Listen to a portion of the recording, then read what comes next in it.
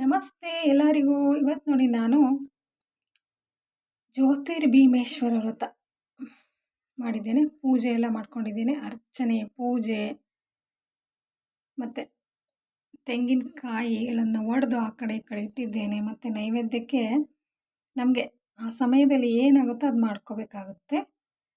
ಅಥವಾ ಕಡಲೆಕಾಳು ಎದುರಿಗೂ ಇಡ್ಬೋದು. ಮತ್ತು ಇಲ್ಲಿ ಗಣೇಶ ಅಂತ ಇದೆ ಅಲ್ವಾ, ಬಾಳೆಹಣ್ಣು, ಎಲೆ, ಅಡಿಕೆ ಜೊತೆ ಕಡಲೆಕಾಳು ಕೂಡ ಇಟ್ಟಿದ್ದೀನಿ ನೋಡಿ. ಮತ್ತು ಪೂಜೆ ಎಲ್ಲ ಆದಮೇಲೆ ನೋಡಿ, ಈ 9 ಎಳೆಯ 9 ಗಂಟುಗಳುಳ್ಳ ದಾರವನ್ನು ಕೂಡ ಕಟ್ಸ್ಕೊಂಡಿದ್ದೀನಿ. ಪತಿಯಿಂದ ಆಶೀರ್ವಾದ ಪಡ್ಕೊಂಡು ಕಟ್ಸ್ಕೊಂಡಿದ್ದೀನಿ ನೋಡಿ. ಮತ್ತು ನೀವು ಕೂಡ ಈ ಪೂಜೆ ಮಾಡ್ಕೊಂಡಿದ್ದೀರಾ ಅಂದ್ಕೊಂಡಿದ್ದೀನಿ. ನೋಡಿ, ಅಲ್ಲಿ ಪಾರ್ವತಿ ಪರಮೇಶ್ವರ ಫೋಟೋ ಕೂಡ ಇದೆ ಹಿಂದೆ.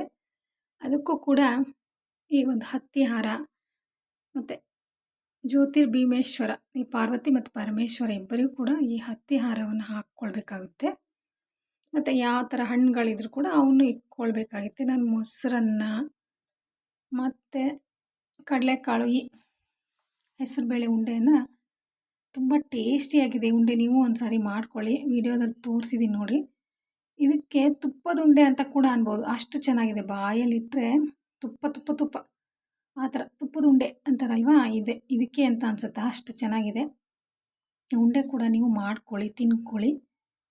ಮತ್ತು ಇವಾಗ ಮಾಡ್ಕೊಳ್ಳೋಕ್ಕಾಗಲಿಲ್ಲ ಅಂದರೆ ನಾಗರ ಪಂಚಮಿಯಲ್ಲೂ ಕೂಡ ಮಾಡ್ಕೊಳ್ಳಿ. ಇದು ಅಷ್ಟು ಸೂಪರಾಗಿರೋ ಉಂಡೆ ಆಗಿರ್ತದೆ ನೋಡಿ. ಇದ್ರ ಒಳಗಡೆ ಇರುವ ಒಂದು ಗೋಡಂಬಿ ದ್ರಾಕ್ಷಿಗಳು ಕೂಡ ಅಷ್ಟೇ ಟೇಸ್ಟ್ ಕೊಡುತ್ತವೆ.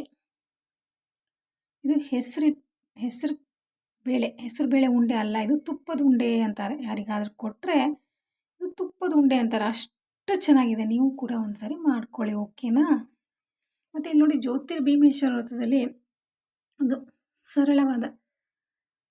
ಸರಳವಾಗಿ ಒಂದೆರಡು ಲೈನಲ್ಲಿ ಕತೆ ಹೇಳ್ತೀನಿ ಬನ್ನಿ. ಈ ಒಂದು ಊರಲ್ಲಿ ದೊಡ್ಡ ರಾಜ ಇರ್ತಾನಂತೆ. ಆ ರಾಜನಿಗೆ ಒಬ್ಬನೇ ಮಗ ಇರ್ತಾನಂತೆ. ಆ ಮಗ ಬದುಕಿರೋದಿಲ್ವಂತೆ. ಅಂಥವನಿಗೆ ಯಾರಾದರೂ ಮದುವೆ ಮಾಡಿಕೊಂಡ್ರೆ ಆತನಿಗೆ ಅಂದರೆ ಮದುವೆ ಮಾಡ್ಕೊಂಡವರಿಗೆ ಹೆಣ್ಮಗಳಿಗೆ ಒಂದು ಅರ್ಧ ರಾಜ್ಯವನ್ನು ಕೊಡ್ತೀನಿ ಅಂಥೇಳಿ ಡಂಗೂರ ಸಾರಿಸ್ತಾನಂತೆ. ಆಗ ಒಂದು ಬಡ ಕುಟುಂಬದ ಬ್ರಾಹ್ಮಣರ ಒಂದು ಬಡ ಕುಟುಂಬದಲ್ಲಿ 4 ಜನ ಹೆಣ್ಣು ಮಕ್ಕಳಿರೋ ಒಬ್ಬ ತಂದೆ ಈ ಒಂದು ವಿಷಯವನ್ನು ಕೇಳಿಸ್ಕೋತಾರಂತೆ. ಆ ಕೇಳಿಸ್ಕೊಂಡ ತಕ್ಷಣ ಈ ಒಬ್ಬ ಮಗಳನ್ನಾದರೂ ಕೊಟ್ಟರೆ, ಆ ರಾಜಕುಮಾರನಿಗೆ ಮದುವೆ ಮಾಡಿಕೊಟ್ರೆ ಒಂದು ಸ್ವಲ್ಪ ಕಷ್ಟನಾದರೂ ಕಡಿಮೆ ಆಗುತ್ತೆ ಅಂತ ಹೇಳ್ಕೊಂಡು ಮನೆಗೆ ಬಂದು ತನ್ನ ಹೆಂಡತಿ ಮಕ್ಕಳೊಡನೆ ಮಾತಾಡಿ ರಾಜಕುಮಾರಿಯನ್ನು ತನ್ನ ಮಗಳನ್ನು ರಾಜಕುಮಾರನಿಗೆ ಕೊಟ್ಟು ಮದುವೆ ಮಾಡಬೇಕು ಅಂತೇಳಿ ಅರಮನೆಗೆ ಬರ್ತಾರಂತೆ.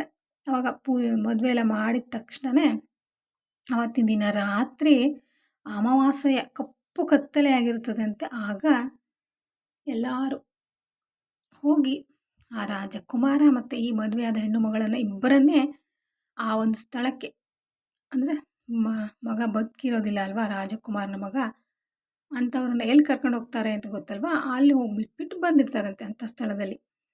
ಆವಾಗ ಕಪ್ಪು ಕತ್ತಲೆಯಲ್ಲಿ 2 ದೀಪವನ್ನು ಹಚ್ಚಿಟ್ಟು ಬಂದಿರ್ತಾರಂತೆ ಜನ ಎಲ್ಲ. ಆಗ ಆ ಹೆಣ್ಣುಮಗಳು ಆ ದೀಪವನ್ನು ನೋಡುತ್ತಾ ಜ್ಯೋತಿರ್ಭೀಮೇಶ್ವರ ಅಂತ ಆ ಜ್ಯೋತಿಗಳಿಗೆ, ಆ ದೀಪದ ಬೆಳಕಿಗೆ ಹೆಸರಿಟ್ಟು ಮತ್ತೊಮ್ಮೆ 2 ಹಣತೆಯಲ್ಲಿ ಮಣ್ಣಲ್ಲಿ 2 ಪಾರ್ವತಿ ಪರಮೇಶ್ವರ ಅಂತ 2 ಮೂರ್ತಿಗಳನ್ನು ಮಾಡಿಟ್ಟು ಆ ದೀಪದ ಜೊತೆ ಆ ಮಣ್ಣಿನ ದೀಪಗಳಿರ್ತಾವಲ್ವಾ, ಆ ದೀಪಗಳ ಬಳಿ ಮಣ್ಣಿನ ಮೂರ್ತಿಯನ್ನು ಇಟ್ಟು ಪಾರ್ವತಿ ಪರಮೇಶ್ವರ ಅಂತ ಹೇಳುತ್ತಾ ಪೂಜೆ ಮಾಡ್ತಾಳಂತೆ ಆ ಹೆಣ್ಮಗಳು. ಪೂಜೆ ಮಾಡಿ ಎಲ್ಲ ಹೂಗಳಿಂದ, ಬಿಲ್ವ ಪತ್ರೆಗಳಿಂದ ಅರ್ಚನೆ ಪೂಜೆಗಳನ್ನು ಮಾಡಿ ನಂತರ ಅಚ್ಚಲವಾದ ನಂಬಿಕೆ ಇಟ್ಟು, ಪಾರ್ವತಿ ಪರಮೇಶ್ವರಲ್ಲಿ ನಂಬಿಕೆ ಇಟ್ಟು ಧ್ಯಾನದಲ್ಲಿ ಕೂತಿರ್ತಾಳಂತೆ. ಆಗ ಪರಮೇಶ್ವರನು ಪ್ರತ್ಯಕ್ಷನಾಗಿ ಬಂದು ದೀರ್ಘ ಸುಮಂಗಲಿಯಾಗಿರೋ, ನಿನ್ನ ಭಕ್ತಿಗೆ ನಾ ಮೆಚ್ಚಿದ್ದೇನೆ ಅಂತ ಆಶೀರ್ವಾದ ಮಾಡಿಬಿಡ್ತಾನಂತೆ. ಆಗ ಆ ಹೆಣ್ಮಗಳು ಹೇಳ್ತಾಳಂತೆ, ಅಲ್ಲಿ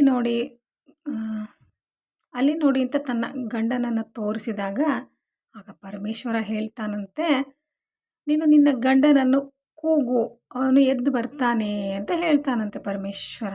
ಆ ಈಶ್ವರನು ಹೇಳ್ತಾರಂತೆ. ಆಗ ಆ ಹೆಣ್ಮಗಳು ಕೂಗಿದಾಗ ಆ ಒಂದು ಆಕೆಯ ಗಂಡ ಕಣ್ಣು ಒರೆಸಿಕೊಳ್ಳುತ್ತಾ ಹಾಸಿಗೆಯಿಂದ ಎದ್ದು ಬರ್ತಾನಂತೆ. ಆಗ ಅವನು ಬದುಕಿರುವುದನ್ನು ಕಂಡು ಮತ್ತೊಮ್ಮೆ ಶಿವನಲ್ಲಿ ಪ್ರಾರ್ಥನೆ, ಭಕ್ತಿಯಿಂದ ಮತ್ತೆ ದೇವರನ್ನು ನೆನೆಯುತ್ತಾ ಆ ಹೆಣ್ಮಗಳು ಮತ್ತೊಮ್ಮೆ ದೇವರಲ್ಲಿ ಬೇಡಿಕೊಳ್ತಾಳಂತೆ, ನಾವು ಯಾವತ್ತು ಇದೇ ಥರ ದೀರ್ಘ ಸುಮಂಗಲಿಯಾಗಿರುವಾಗ ಆಶೀರ್ವಾದ ಮಾಡು ಅಂತೇಳಿ.